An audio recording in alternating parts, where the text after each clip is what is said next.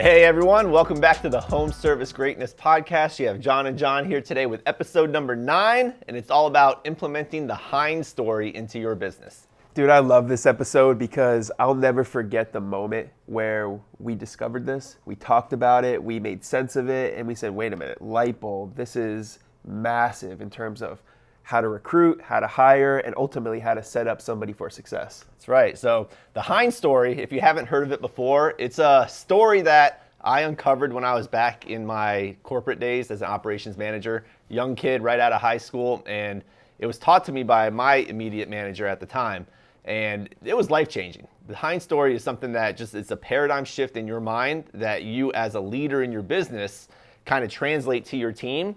And when everyone's on the same page, talk about your business being so seamless and efficient with everything that you do. Right, because a great business is executed by really strong minds that can critically think and figure out how to problem solve through tough scenarios. And it's all done by being able to be solution-based. So let's get to it, man. Well, I guess one thing just to add to it, if you think about a challenge that most, even home service businesses have with their team and their employees, it's getting that team to take ownership in their responsibilities, right? It's really easy just to have employees fall into a rhythm and a routine of just doing the job, checking off the boxes and completing the tasks. But when you really get your team to take ownership in everything that they do, it just translates so well into the success of your business. So true.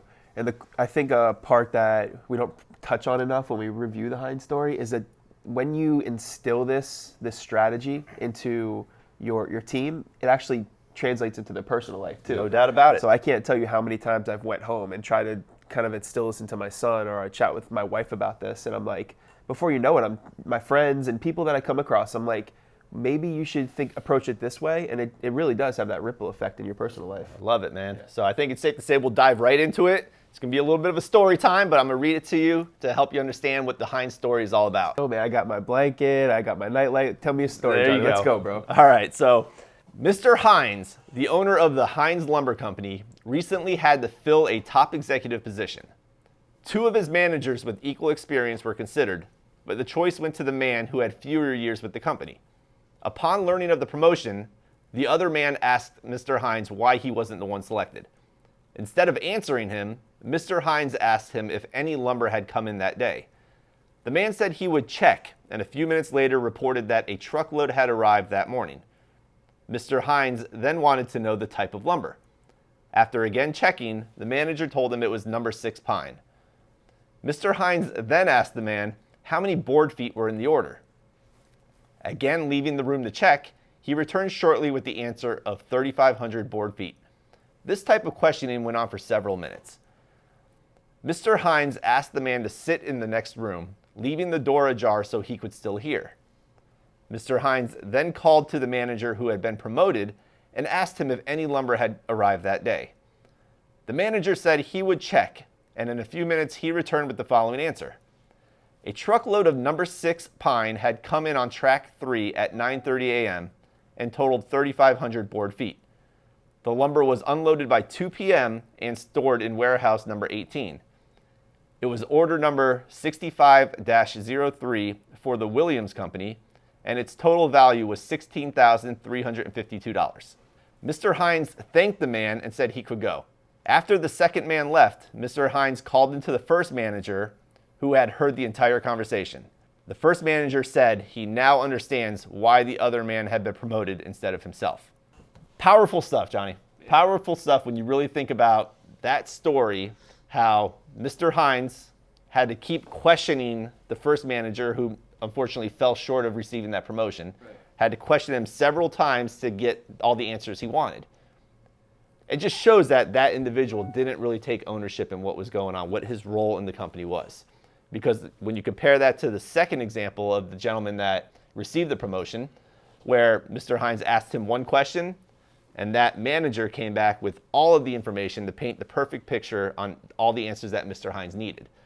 That's just a perfect example of how, when ownership is taken into the business and ownership is taken into the role for that each individual employee, the efficiency of everything that happens and the communication levels are just top notch across the board. Yeah, and that's some powerful stuff, man. And I can say, like, if you're thinking about how this applies to your business, take a step back.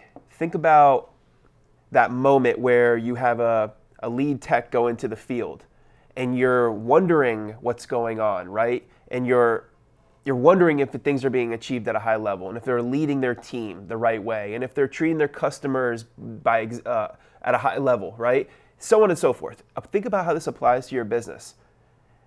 And if you're not really sure how it's going, there's a very high chance that your lead tech or your technician is operating like the first example. Mm-hmm. But I'll tell you, from my experience, I've had people in my home service businesses and in my current company where ultimately they go above and beyond. And they're going to lead up the chain of command. They're not going to sit back and say, I wonder what John's thinking. Instead, they're going to say, I know John's thinking, therefore I'm going to outline the 10 things that I know it's on his mind.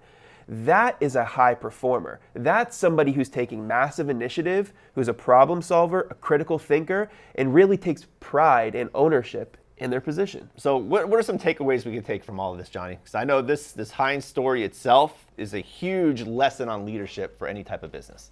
If you want a business that grows, that makes an impact in this world, you can't do it with C players. You can't do it with employees and people that don't really get what time it is. They don't understand what the mission is.